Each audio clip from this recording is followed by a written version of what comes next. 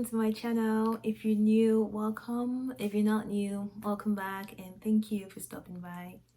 So this video is going to be about my half bathroom, guest room, powder room, same thing, and how I transform it into a more welcoming, cozy, and inviting space.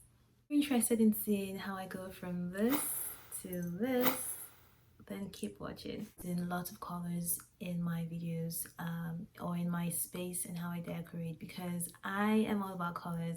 I love colors. It's something about colors and how it brings energy, positivity, just good vibes into your space. So I like to use colors a lot. If you're a fan of colors, or if you like to see colors, or like to know how to introduce colors in your space, then you're definitely in the right place. And make sure you keep watching and also be on the lookout for my videos. I did film an empty house tour, which I have uploaded. So if you haven't seen that yet, then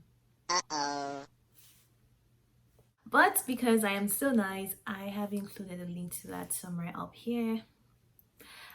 If I do it right, so make sure you take a look at that so you can see what the house looks like empty, so it does make sense what I've done after. I will also try to include the before pictures in this video as well. I will stop talking now and let's get right into the video.